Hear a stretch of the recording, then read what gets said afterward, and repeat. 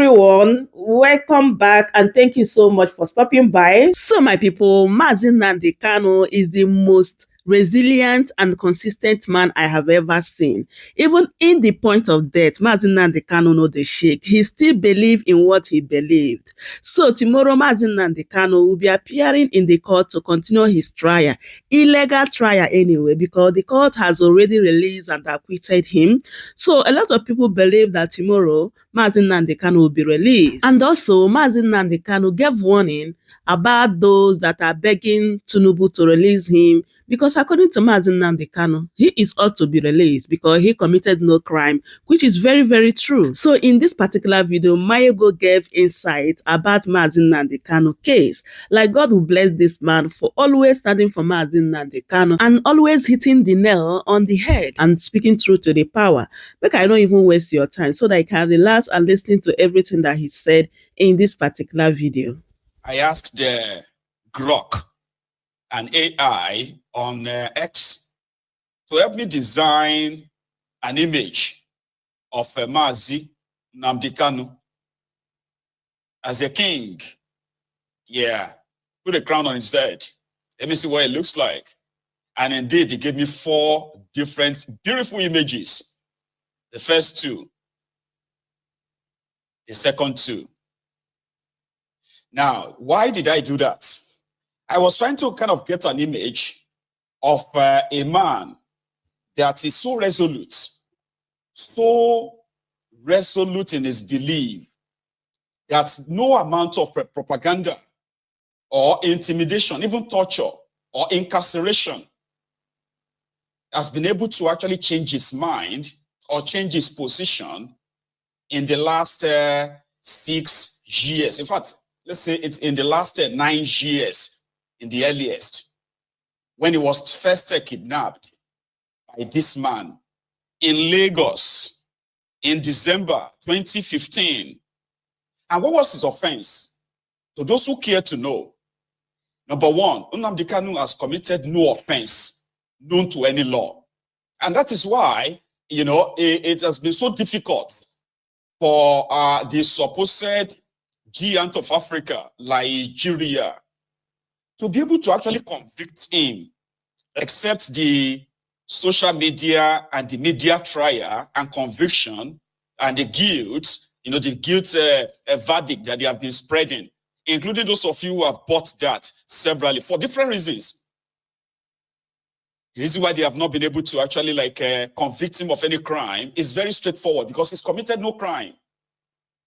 In the Geneva Convention, as they say, human rights is God-given right to start with.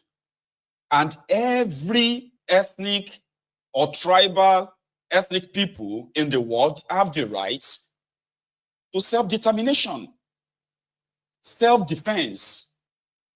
But as we all know, the story behind this contraption called Nigeria, the vested interest, the interested party, who forced people who have nothing in common, forced them together to make up a country. And the purpose wasn't actually to progress them or better them or make them kind of pursue their right to happiness. No, it was a pure business arrangement. So asking for a peaceful referendum where people can decide if they still want to be part of an arrangement, a country or not, is not a crime. Not even in Nigeria. But because the owners of Nigeria and those who are benefiting from this rot, from this contraption, breaking up of Nigeria is like death sentence to some of them economically, especially those who's feeding bottle, like I said, those who are benefiting from this fraudulent arrangement. And the problem is not with those who are benefiting alone. In fact, you can identify those who are benefiting easily and say, oh, they are selfish, this and that. You see, those ones who are looking forward to benefit from this arrangement, from this one Nigeria, those ones who are not benefiting now, but they are looking forward to, like it is, turn by turn, Nigeria Limited. Those ones are even more dangerous. On the one part, right, on the one part, they will agree the marginalization of the Igbos in the equation of power in Nigeria. They will agree. In fact, when it is politically kind of like expedient, politically favorable, they will side and scream this marginalization. At the moment they are let in, given a seat at the table, then they can throw just anyone and everyone under the bus. So this is the story of Nigeria, and this is the story of Nnamdi Kanu, a man that defied all kind of human greed, selfishness, self-centeredness, to stick to his own strong belief, even when those who were supposed to be his own folks, right, the same Igbos, right, who have been the direct victims of this fraudulent arrangement called Nigeria, those self-hating Igbos have come for him many times. A lot of them, like they say in this modern parlance, pick me, pick me. They are those who are ready to do just anything and everything to placate or appease the owners of Nigeria, including denying their own ancestral heritage, being Igbos. They are those that believe that they have to do more, just like the blacks in America back in the days. If you are black in this kind of in this part of the world, right, you must know something. That is, you must do things like extra before you can be accepted. You must academically, you must kind of do extra before you can fit in. And then if you are given any kind of responsibility, you must prove your mettle, like extra to the extra mile before you can be possibly even like partially accepted. And there are Igbos in Nigeria who have made themselves those we call the house niggers back in the days in America. Those who are willing to lick every ass, okay, to bend every knee and kiss every ring in order to prove to the owners of Nigeria that they are not Igbos that they fear. You know what I mean? Like Akukomole in that Saheed Osupa's music, Kolo Kolo Kota. Now, Akukomole is like this, chicken. No, not chicken, like a cock.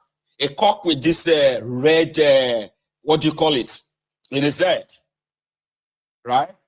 Then you have the Kolo Kolo, which is the fox that actually eats chicken.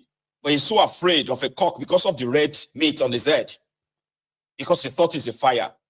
So there are those in Nigeria who kind of are also afraid of the Igbos, that there are also self-hating Igbos that want to prove to them that you shouldn't be afraid of us. I am not like the Igbos you are afraid of. I am very easy. Look at it, I can do anything. So why am I saying this? Or why am I kind of pointing this out? Nnamdi Kanu committed no crime, and I'll keep reminding you of that. The only crime he committed is to say there should be a referendum where people can decide if they still want to be part of this contraption or not. And there is no propaganda. There is no kind of, lie in this world, on this earth, that they have not kind of like a deploy to destroy this Nnamdi Kanu and his IPOB. And the full meaning of IPOB, for your information, is the indigenous people of Biafra. So he asked peacefully, let us decide if we still want to be part of this contraption or not. And he stated clearly why. Now, they haven't denied the profiling, the marginalization of these Igbos in Nigeria, to the point that some of them, the descendants of those who fought or who were part of that genocidal war called Biafra War, their descendants today will tell you Igbos will never lead Nigeria. Igbos will never be president of Nigeria. The Igbos can never be trusted with power, because their parents told them that, but their parents didn't tell them why they are so afraid of the Igbos. So, like I said, there are Igbos that wanted to be like, just give us anything. We don't want to be president, just anything. Just, we are willing to play balls. So the offense of Nnamdi Kanu is to say, no.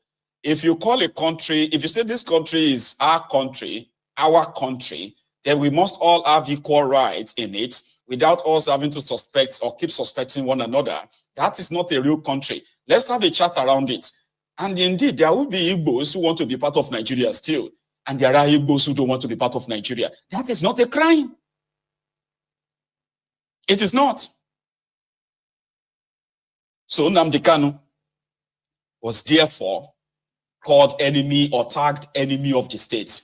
And like I said, you see those who want to have him like perpetually incarcerated or even killed, they are not just the puppets in Nigeria. There are also external interests who have a vested interest in that contraption. Nigeria, there are vested interests as well.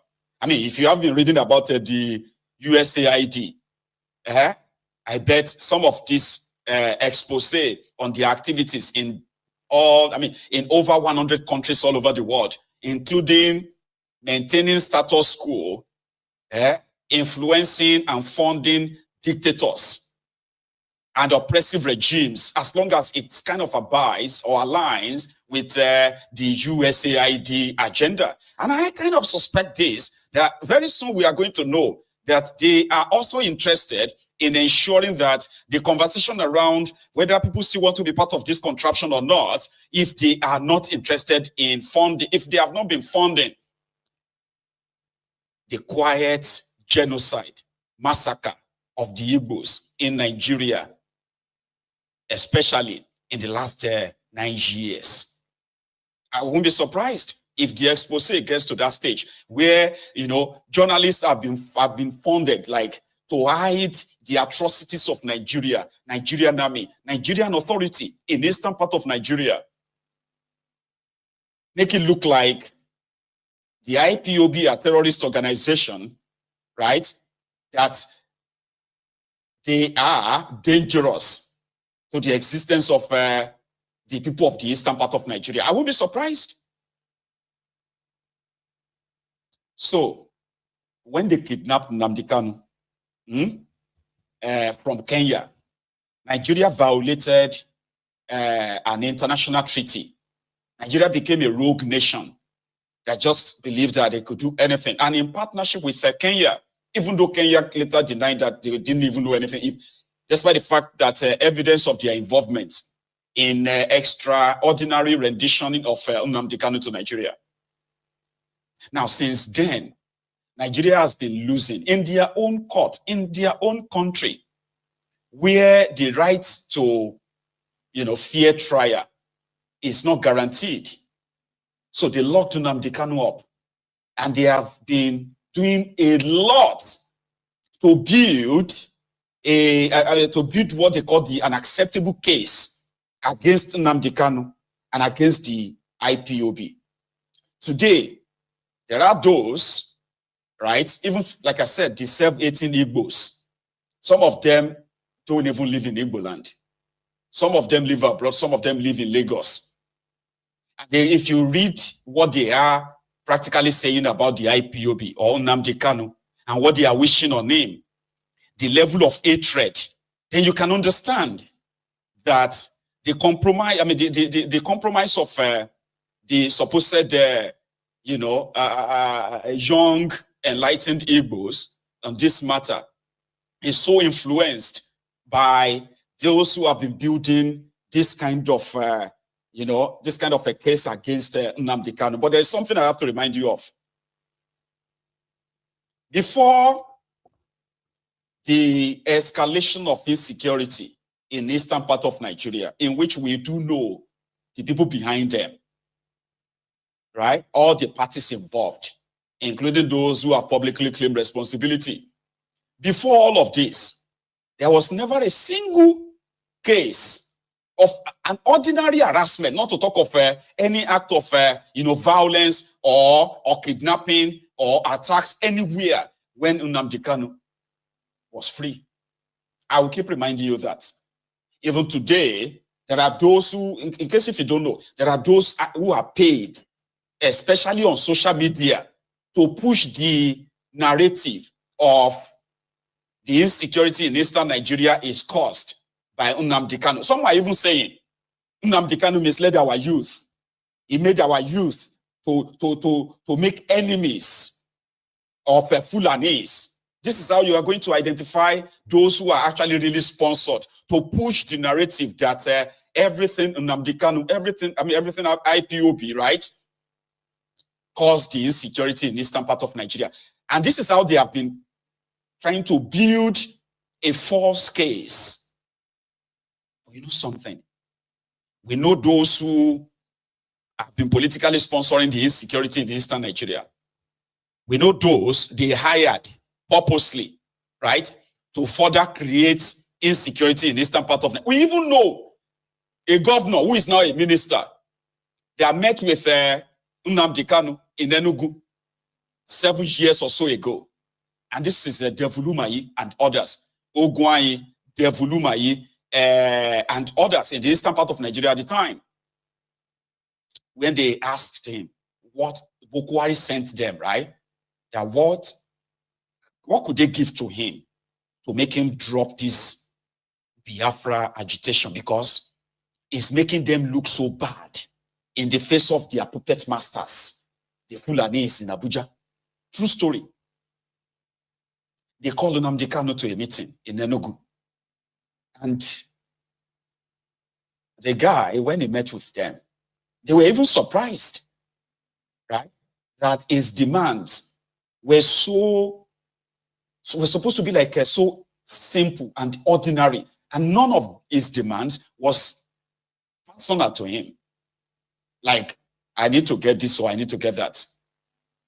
Nnamdi Kanu made 11 or 13 demands, which, if I can remember correctly, included investing in the security of the eastern part of Nigeria to safeguard the ordinary folks, farmers, villagers in the eastern part of Nigeria from the invading Fulani terrorists in that region. Nnamdi Kanu asked that, you see this brain drain in the eastern part of Nigeria, where young people in eastern, young Igbos have to go outside Igbo land to go and look for a greener pasture, must stop.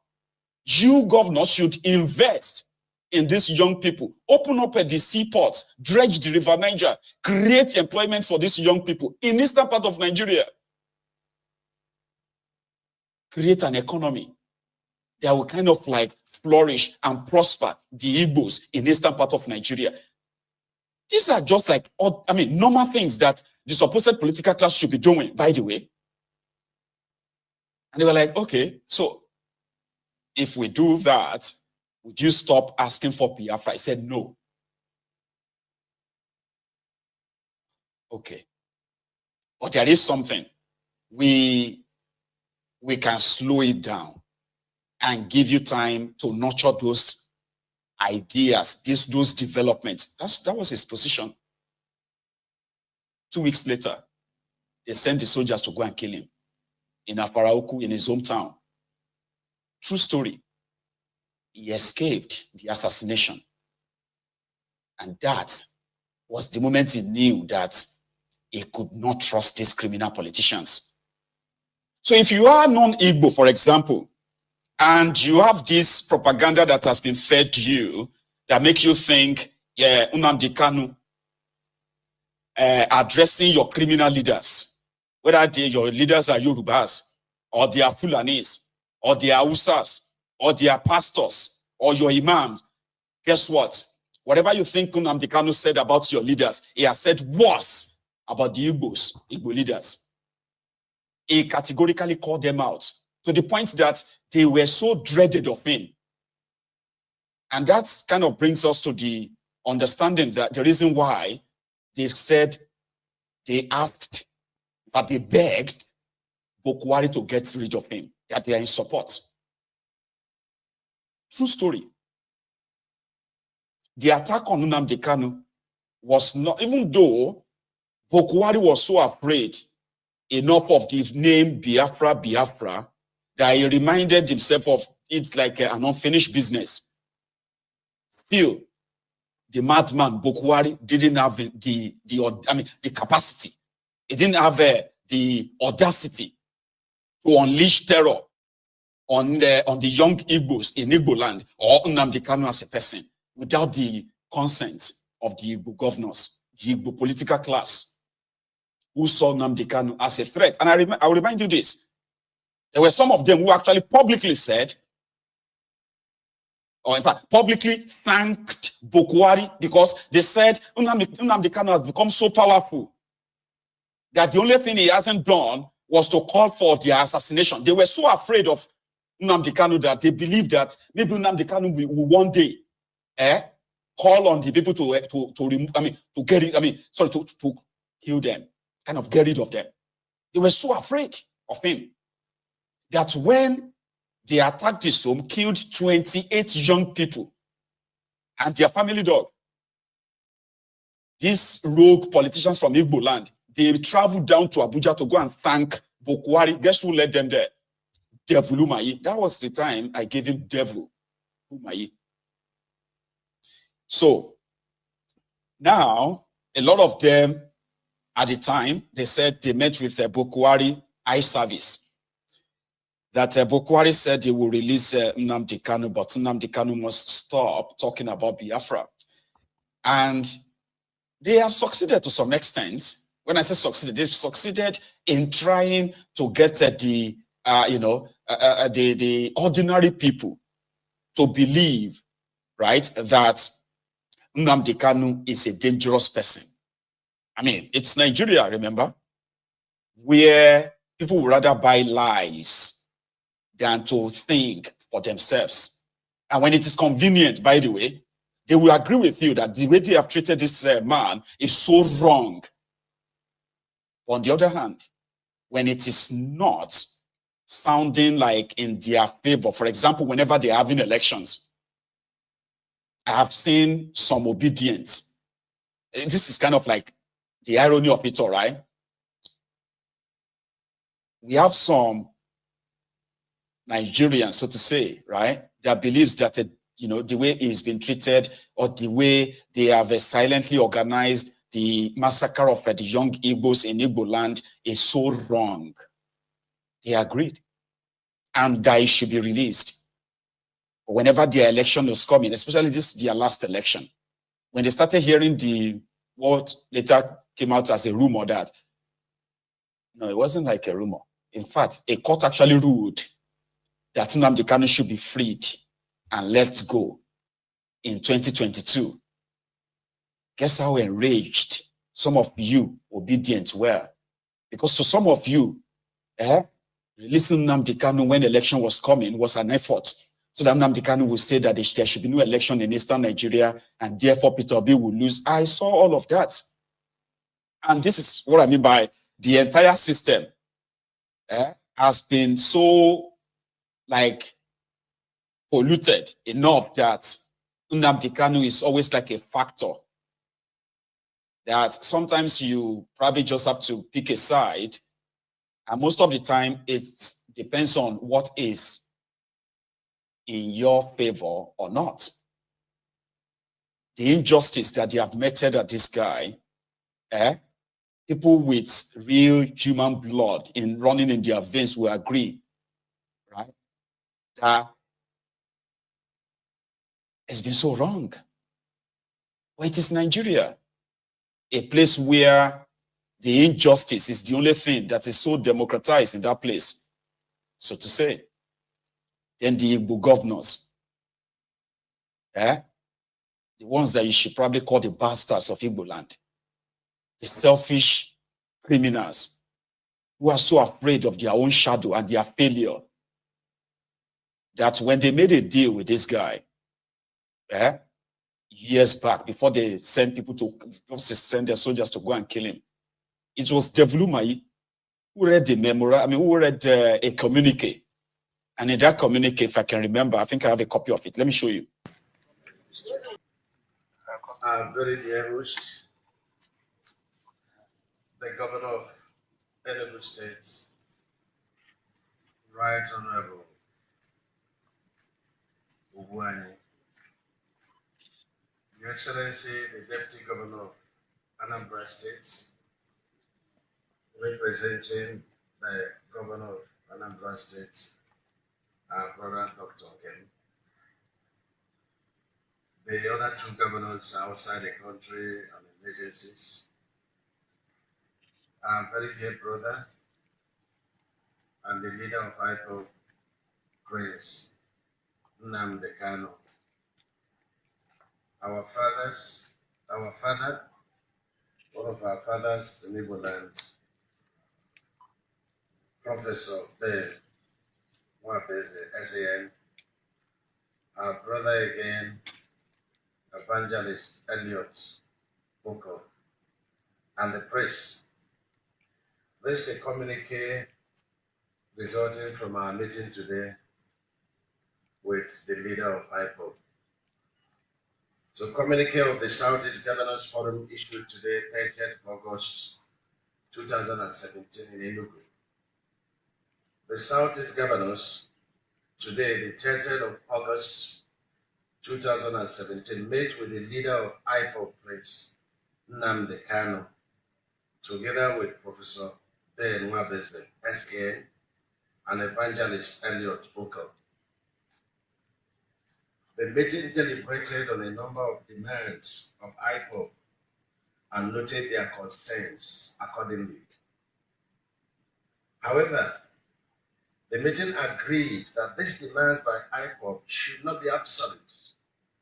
Rather, the Southeast governors shall immediately engage the leader of IPOB, Prince Nnamdi Kanu, and the entire leadership of IPOB to further meetings and dialogue with a view to quickening the resolutions of all issues amicably. And we also request from all concerns to give the Southeast governors the opportunity to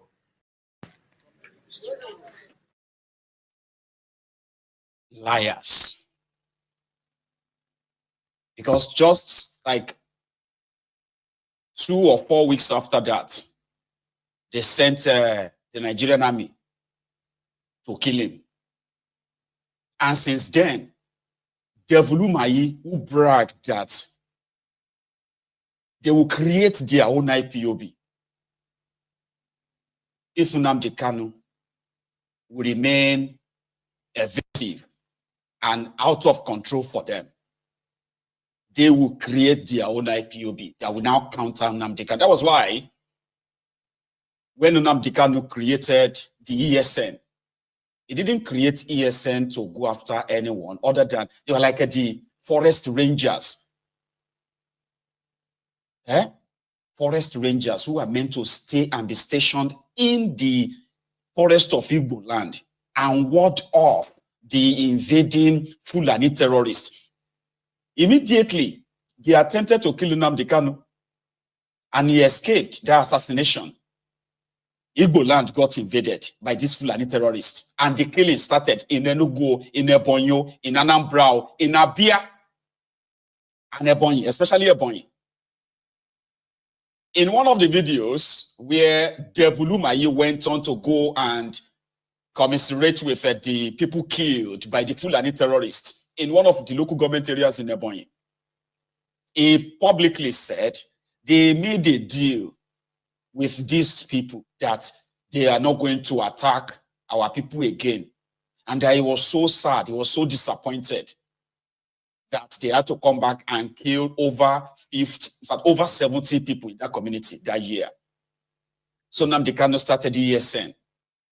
Again, the shit-scared governors and politicians, they unleashed their propaganda against him and they launched theirs. Guess what? They launched their own. They called it Ebubeagu. Ebube lizard. Now, Ebubeagu was to do what exactly? Yes, I'll tell you. They were not to go after the Fulani terrorists. They were to hunt down every IPOB they know. Every IPOB or ESN member that they can find. That was their mandate.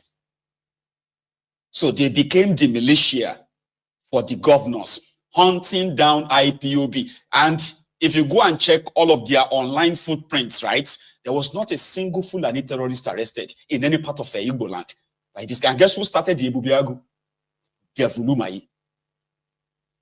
Because in the memo that Nnamdi Kanu shared with them in that Enugu, in that August 2021, meeting in Enugu, he gave them the idea of starting their own indigenous security outfits, whose job is not to participate in the conventional security outfits wherever they have in Nigeria, but be stationed in every communities who are like in the potential, who have the potential threats of the Fulani terrorists.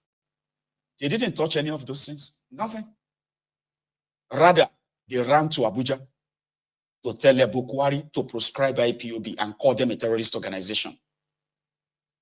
Put together money, over $2 million, straight to Washington to go and see the lobbyists who can help them kind of push it in the Congress that IPOB is a terrorist organization so that they can have the license to kill everyone they accuse of being an IPOB. Do you know what an IPOB is? It is a community ground-up organization. It is not a social media organization. It is it's a community organization like your political parties, right? People meet. People were always like a meeting. People were known to be members of IPOB. Indigenous people, guess what they were discussing?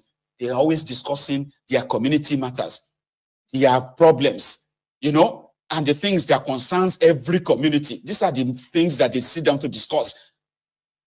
And of course, Biafra. I'll show you something. Oh, you do IPOB. Oh, Mary, Abakare, Mama Baora, Ulapuri Mary Nnamdi win the war. Python that's one, Python that's two, now Python that's a three. Ulapuri Mary Nnamdi win the war. Python that's one, Python that's two, now Python that's a three. Ulapuri Mary Nnamdi go onye do IPOB.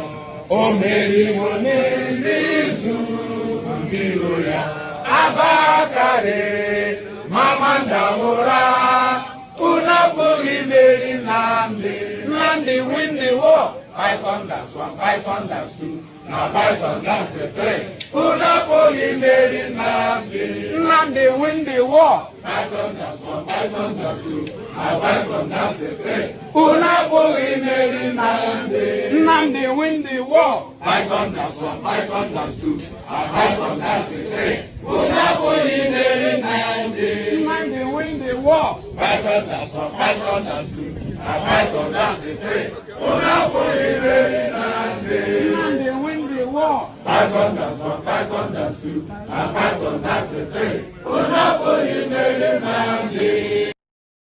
Do those people look like criminals to you? Were those not like everyday normal people? Right? They were just everyday normal people. But the propaganda out there is that Nnamdi Kanu misled our people to hate other people. Yeah, the self-hating Igbos. Nnamdi Kanu taught our people to hate other people. That's not the truth.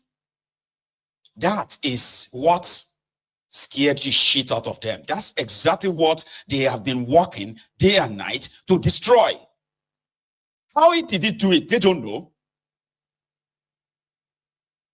But those are the ordinary people. Ordinary, everyday, ordinary people. Business guys, what do you call them? Working class people, farmers, traders, elderly, young people, middle-aged men and women who were there to discuss the issues concerning them. And at the same time, discuss what they would love to see in a Biafra. They were not warmongers. They are not terrorists.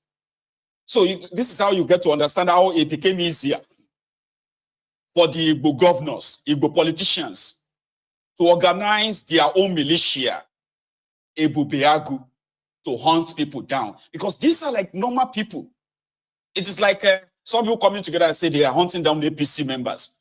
You will see your papa, you will see your mama, you will see your uncle, aunties who are members of PDP, APC, who goes to meetings to discuss political stuff, Abi. That's exactly what every community was like in the time of Nnamdi Kanu. There was not a single harassment anywhere. There was not a single report of criminal activities anywhere. And that's why till today, even when they claim to be arresting kidnappers in the eastern part of Nigeria, they have not been able to parade any single person to say this is a member of IPOB or this is a member of ESN. No. That was what they tried to take away from you. The facts of the matter, they don't want you to feel, to see. Because they needed something to justify the reasons why they are carrying out extrajudicial killings in the eastern part of Nigeria. And then put it on Nnamdi Kanu. Oh, Nnamdi Kanu caused it. Oh, he's the one. He's the one that is talking about Biafra. If he's not the one talking about Biafra now, there will be no python dance. There will be no military in our region. And this and that. Self-eating Igbos. But the man is unperturbed. He is unperturbed. He is so resolute in his conviction that he told them, even if you kill me, there will still be many Nnamdi Kanu that will emerge as long as this injustice continues. And he is right. Even if you kill him, there will be more. And guess what? There will be brutal Nnamdi Kanus that will emerge. There will be. So it became so difficult that it is like a poison chalice for them. Some of them who are like, when it is politically convenient, right? They are demanding for his release. So Nnamdi Kanu said, I've done nothing wrong. If Nigeria is a country that has rule of law, by now, Nnamdi Kanu won't be in any prison. Do you know that? Do you know that? That it is only in Nigeria that after an appeal court gave a judgment, the Attorney General of the country begged the court to stay execution in executing that judgment, only to go to Supreme Court, who indeed was supposed to actually say, oh, yes, no. But rather, they said no, yes, yes, no. Inconclusive. Only to send the case back to the same judge, Binta Nyako, the same compromised judge, who was given a script on exact thing, that they wanted her to do to this Nnamdi Kanu. No evidence, no trial, nothing for real, just a conviction. Sentence him to death. She couldn't. Unfortunately, she couldn't. Now they had to send it back to her. So last year, Nnamdi Kanu had to force her to recuse herself because she's compromised. So when it was too much for her, she recused herself and said, well, I don't want to be part of the case anymore. Guess what? The vested interest, the president of the Court of Appeal in Nigeria insisted that no, she must continue with the case. In law, there is something called recuser. You can recuse yourself, especially if you have been found compromised, that you will never give any fair trial, fair judgments. You have to excuse yourself. Another judge should be assigned to the case. But no, the appeal court or so president insisted that no, she must continue. Go back, you must continue. And since then, it's been adjournment indefinito, which means we don't know when we're going to converge again. We don't know when we're going to convene again. Until yesterday. Before that same yesterday, Nnamdi Kanu's lawyers filed the case to say Nnamdi Kanu's trial should be transferred to the eastern part of Nigeria. They won't let him go to prison, but rather he kept in the DSS dungeon, where some people are milking. They are milking his detention. They are making so much money from it. They can't kill him. They can't let him go. They have sleepless nights about him. They are more or less like a traumatized of him, scared of what it's going to be like if he's no longer within their own, within their control. One single man. They're scared shits out of those who claim to be powerful people in the biggest black nation on earth. What an irony. Now, like I said yesterday, surprisingly, Bintan Yako now sent a memo and said she wants to see Nnamdi Kanu in court on Monday. Meanwhile, before all of this, should be when you accuse somebody of something, right? You have to bring your evidence. Guess what? They said to try Nnamdi Kanu, all their witnesses, they will cover eyes, or they will give testimony behind the curtain. I want to see the people who are going to accuse me of all this crime that you have accused me of, right? That you are charging me of. So I need to see them, and they should face me and say, like, okay, me, Nnamdi Kanu, right? I sat with them and I plotted this and that with them. If they are indeed honest. So they had to drag that for a while until Nnamdi Kanu actually defeated them, that their own appeal court said, return him back to Kenya. The extraordinary rendition of Nnamdi Kanu was so wrong that Nigeria was supposed to be sanctioned. You broke international law. It's unprecedented. It's unbelievable. But because Nigeria is not a real place, Nigeria is a crime scene led by different kind of criminals. They continue to illegally detain him. You need to remember this. Nnamdi Kanu in detention is an illegal detention. Trying to legalize it will not change that. Illegal detention. So everything, the appeal court said Nnamdi Kanu cannot be tried in Nigeria, in any court in Nigeria, until the process of extraditing him, which is renditioning, by the way, extraordinary renditioning, which is like kidnapping somebody and bundling them, drugging them and bundling them back to the country. That is barbaric. That is criminal. You cannot try such person in any court in Nigeria. As lawless as Nigeria is, they said, you cannot try him in any court in Nigeria. You can't. I mean, I've said this many times, okay? Even you that is watching me, that disagrees with Nnamdi Kanu, you hated his guts. You just like, that's fine. Everyone can like, everyone can love you, everyone can't like you. But you still have to do things legally. You don't say, because I don't like my ego, then the next thing, my rights should be taken away. I should be locked up somewhere illegally because you don't like me. That's not how the world works. No, that is not how it works. Because you see, injustice to anyone is a threat to justice anywhere. Injustice anywhere is a threat to justice everywhere. It will be your own turn tomorrow. Worse still, right? You will scream, you will cry blood. And that is how injustice works.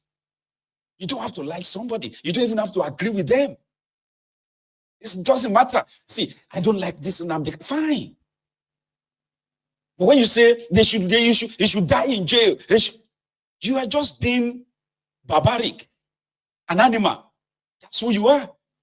Because that is not how the world works or should work. I don't like somebody doesn't mean that they are guilty of anything. No.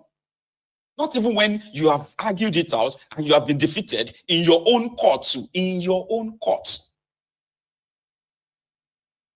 That's the point, right? I'm not saying you should agree with him. No. It's not compulsory. You don't even want Biafra. Yes, it's fine. That's how they see. In this world, right?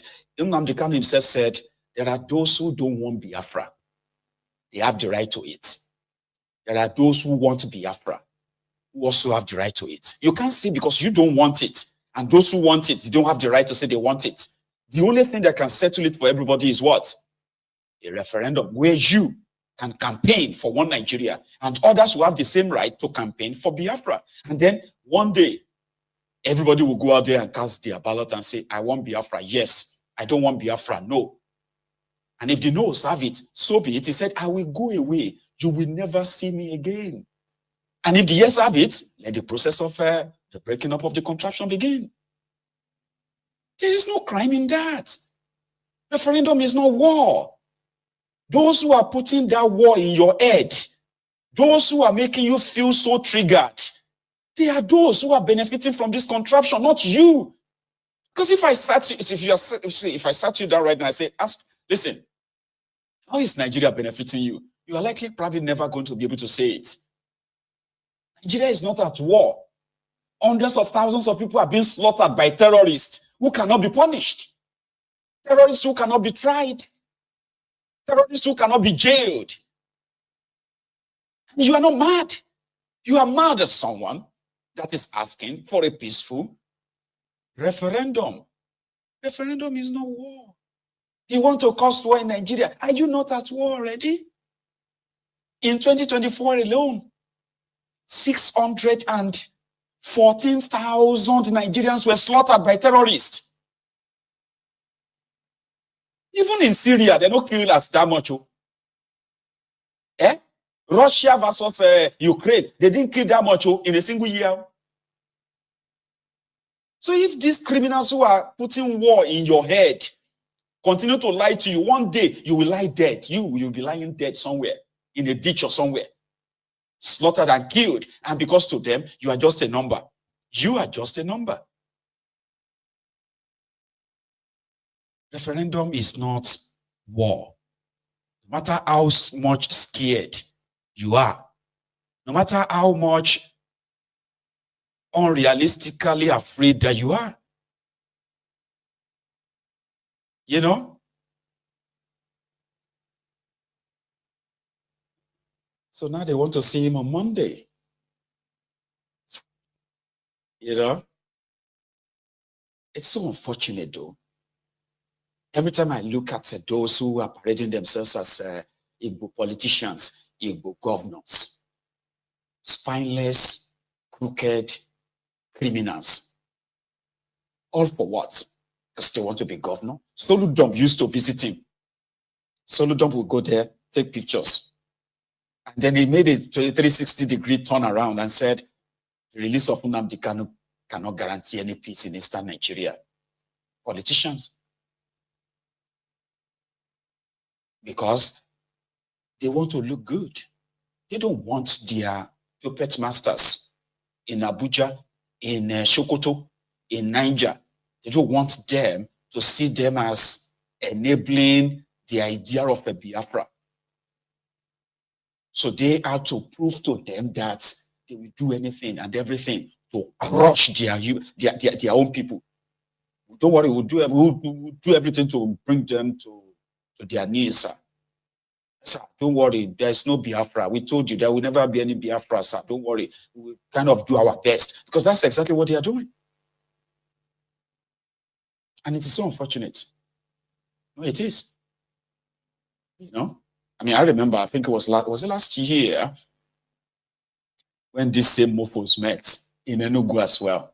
They continue to persecute the IPOB members, persecute everyone that is associated with Nnamdi Kanu behind the scene. From Imo State to Abia, from Abia to Anambra, from Anambra to Ebonyi, and from Ebonyi to Enugu. And there are people who have become victims of the Fulani attacks, have received near zero attention, unfortunately.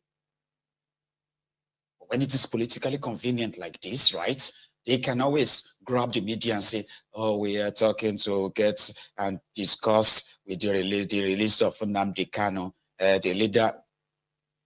All fake, all fake. Because their worst fear is the free Nnamdi Kanu. If that Nnamdi Kanu is free and is pretty much still demanding for his Biafra, they have no idea what that will mean. And they are afraid of that, sincerely. Yeah. So Nyako, who from the blues wrote to Nnamdi Kanu's lawyers yesterday, demanded that Nnamdi Kanu must be brought to court on Monday. Okay, for what?